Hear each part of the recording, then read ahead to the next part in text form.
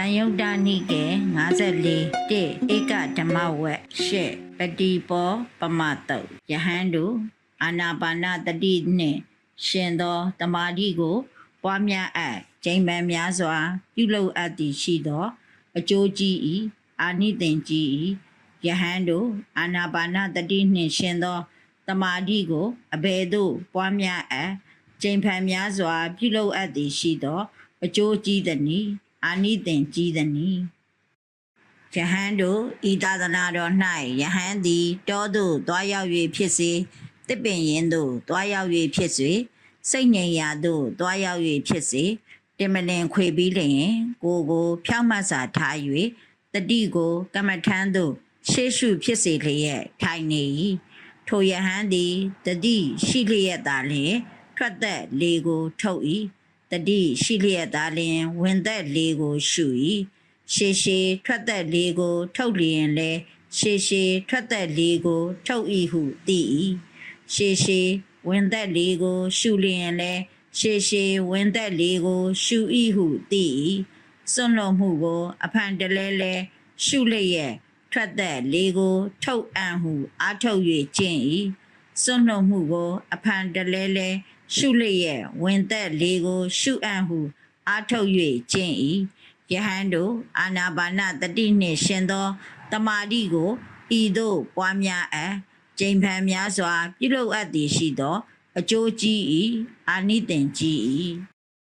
ယဟန်တို့ငါသည်ဖျားမဖြစ်မီရှေးအခါကသစ္စာလေးပါးကိုမသိသေးသောဖျားလောင်းဖြစ်နေစဉ်ဤနေခြင်းမျိုးဖြင့်အနေများခဲ့၏ယဟန်တို့ဤနေခြင်းမျိုးဖြင့်အနေများခဲ့သောငါအားကိုယ်သည်မပင်ပန်းမျက်စိတို့သည်မပင်ပန်းကုန်ငါ၏စိတ်သည်လည်းမဆွဲလန်းမှု၍အတဝတို့မှလွတ်မြောက်၏ယဟန်တို့ထိုကြောင့်ပင်ဤသာသနာတော်၌ယဟန်သည်ငါ၏ကိုယ်သည်မပင်ပန်းရာမျက်စိတို့သည်မပင်ပန်းကုန်ရာငါ၏စိတ်သည်လည်းမဆွဲလန်းမှု၍အတဝတို့မှလွတ်မြောက်ရာ၏ဟုအလိုရှိခဲ့မူအာနာပါနတတိနှင့်ရှင်သောတမာတိကိုသာကောင်းစွာနှလုံးသွင်းအပ်၏ယဟန်တို့ထိုကြောင့်ပင်ဤသာသနာတော်၌ယဟန်သည်ငါသည်အိမ်၌နေသူလူတို့၏ကာမဂုဏ်ကိုမှီသောအောက်မေ့မှုကြံစည်မှုတို့ကိုပယ်ကုန်ရာ၏ဟုလည်းအလိုရှိခဲ့မူအာနာပါနတတိနှင့်ရှင်သောတမာတိကိုသာကောင်းစွာနှလုံးသွင်းအပ်၏ယဟန်တို့ထိုကြောင့်ပင်ဤသာသနာတော်၌ယဟန်သည်ဆက်ဆုပ်ဖွယ်မဟုတ်သောအာယုန်၌ဆက်ဆုပ်ဖွယ်အမှတ်ရှိသည်ဖြစ်၍နေလို၏ဟုလည်းအလိုရှိခဲ့မူဤအာနာပါနတတိနှင့်ရှင်သောတမာတိကိုသာကောင်းစွာနှလုံးသွင်းအပ်၏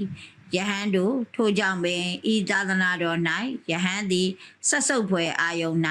ဆက်ဆုပ်ဖွယ်မဟုတ်ဟုအမှတ်ရှိသည်ဖြစ်၍နေလို၏ဟုလည်းအလိုရှိခဲ့မူ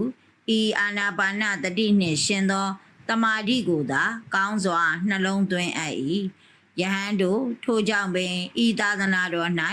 ယဟန်သည်ဆက်ဆုပ်ဖွယ်အာယုန်၌၎င်းဆက်ဆုပ်ဖွယ်မဟုတ်သောအာယုန်၌၎င်းဆက်ဆုပ်ဖွယ်ဟုအမှတ်ရှိသည်ဖြစ်၍နေလို၏ဟုလည်းအလိုရှိခဲ့မူဤအာနာပါနတတိနှင့်ရှင်သောတမာတိကိုသာကောင်းစွာနှလုံးသွင်းအပ်၏ယဟန်တို့ထိုကြောင့်ပင်ဤသာသနာတော်၌ယဟန်သည်ဆက်ဆုပ်ဖွယ်အာယုန်၌၎င်းဆက်ဆုပ်ဖွယ်မဟုတ်သောအာယုန်၌၎င်းဆက်ဆုပ်ဖွယ်မဟုတ်ဟုအမှတ်ရှိသည်ဖြစ်၍နေလို၏ဟုလည်းအလိုရှိခဲ့မူဤအာနာပါနတတိနှင့်ရှင်သောတမာတိကိုသာကောင်းစွာနှလုံးသွင်းအပ်၏ယဟန်တို့ထိုကြောင့်ပင်ဤသာသနာတော်၌ယဟန်သည်ဆက်ဆုပ်ဖွယ်မဟုတ်သောအာယုန်ကို၎င်းဆက်ဆုပ်ဖွယ်အာယုန်ကို၎င်းထိုနှစ်မျိုးစလုံးကိုကျင့်၍စင်ကြင်ဉာဏ်သမစဉ်အောက်မေ့မှုတတိရှိသည်ဖြစ်၍အညီအမျှရှုလျက်နေလို၏ဟုလည်းအလိုရှိခဲ့မူဤအာနာပါနတတိနှင့်ရှင်သောတမာတိကိုသာကောင်းစွာနှလုံးသွင်းအပ်၏ယဟန်တို့ထိုကြောင့်ပင်ဤသာသနာတော်၌ယဟန်သည်ကာမတို့မှကင်းစိတ်၍သာလျှင်အကုသိုလ်တရားတို့မှကင်းစိတ်၍သာနှင့်လင်ကြံစီမှုဝိတ္တသုံးသက်စင်ကြယ်မှုဝိဇာရနှင့်တကွဖြစ်သောနိဝရဏကင်းစိတ်ခြင်းကြောင့်ဖြစ်သော နှစ်သိမ့်မှုပီတိချမ်းသာမှုဒုက္ခရှိသောပထမဇန်သို့ရောက်၍နေလိုဤဟုလည်းအလိုရှိခဲ့မူဤအာနာပါနတတိနှင့်ရှင်သောတမာတိကိုသာကောင်းစွာနှလုံးသွင်းအပ်၏ယဟန်တို့ထို့ကြောင့်ပင်ဤသာသနာတော်၌ယဟန်သည်ဝိတက်ဝိဇာရတို့ငြိမ်းချင်းကြောင့်မိမိတဏ္ဍာ၌စိတ်ကိုကြည်လင်စေတတ်သောစိတ်တည်ခြင်းမှုတမာတိကိုဖြစ်ပွားစေတတ်သောကြံစီမှုဝိတက်သုံးတက်စင်ကြင်မှုဝိဇာရမရှိသောတည်ကြည်မှုတမာတိကြောင့်ဖြစ်သောနှစ်သိမ့်မှုပီတိချမ်းသာမှုဒုက္ခရှိသောဒုတိယဇန်သို့ရောက်၍နေလိုဤဟုလည်းအလိုရှိခဲ့မူဤအာနာပါနတတိနှင့်ရှင်သောတမာတိကိုသာကောင်းစွာနှလုံးသွင်းအပ်၏ယဟန်တို့ထို့ကြောင့်ပင်ဤသာသနာတော်၌ယဟန်သည်နှစ်သိမ့်မှုပီတိကိုလည်းမတက်မက်ခြင်းကြောင့်လျှလူရှုလျက်နေလို၏တတိတမစင်နှင့်ပြည့်စုံသည်ဖြစ်၍ချမ်းသာဒုက္ခကိုလည်းကိုဖြင့်ခံစားလို၏အကျင့်တတ္တယဇံကြောင့်ထိုသူကိုလျှလူရှုသူတတိရှိသူချမ်းသာစွာနေလေရှိသူဟုအရိယာပုဂ္ဂိုလ်တို့သည်ပြောကြားကုန်၏ထိုတတ္တယဇံသို့ရောက်၍နေလိုဤဟုလည်းအလိုရှိခဲ့မူဤအာနာပါနတတိနှင့်ရှင်သောတမာတိကိုသာကောင်းစွာနှလုံးသွင်းအပ်၏ယဟန်တို့ထို့ကြောင့်ပင်ဤသာသနာတော်၌ယဟန်သည်ချမ်းသာဆင်းရဲကိုပယ်ခြင်းကြောင့်၎င်းရှေးဥကပင်လျင်ဝမ်းသာခြင်းနှလုံးမသာခြင်းတို့၏ချုပ်နှင့်ခြင်းကြောင့်၎င်းဆင်းရဲချမ်းသာမရှိသောလျှလူရှုမှုဥပိ္ပခာကြောင့်ဖြစ်သည့်တတိ၏စင်ကြယ်ခြင်းရှိသောသဒုဋ္ဌဇံသို့ရောက်၍နေလိုဤဟုလည်းအလိုရှိခဲ့မူဤအာနာပါနတတိနှင့်ရှင်သောတမာတိကိုသာကောင်းစွာနှလုံးသွင်းအပ်၏ယဟန်တို့ထို့ကြောင့်ပင်ဤသာသနာတော်၌ယဟန်သည်အလုံးစုံသောယူပတင်ညာတို့ကိုလွန်မြောက်ခြင်းကြောင့်ထိခိုက်မှုပဋိကတင်ညာတို့၏ချုပ်ခြင်းကြောင့်အမျိုးမျိုးသောမှတ်သားမှုနာနတ္တတင်ညာတို့ကိုနှလုံးမသွင်းခြင်းကြောင့်ကောင်းကင်သည်အဆုံးမရှိဟုစီးဖြန့်ကအာဂါတနင်္စာယတနာဇံသို့ရောက်၍နေလိုဤဟုလည်းအလိုရှိခဲ့မူဤအာနာပါနတတိနှင့်ရှင်သောတမာတိကိုသာကောင်းစွာနှလုံးသွင်းအပ်၏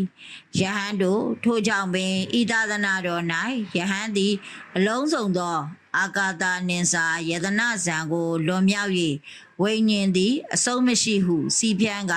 ဝိညာဉ်နင်္စာယတနာဇံတို့ရောက်၍နေလိုဤဟုလည်းအလိုရှိခဲ့မူ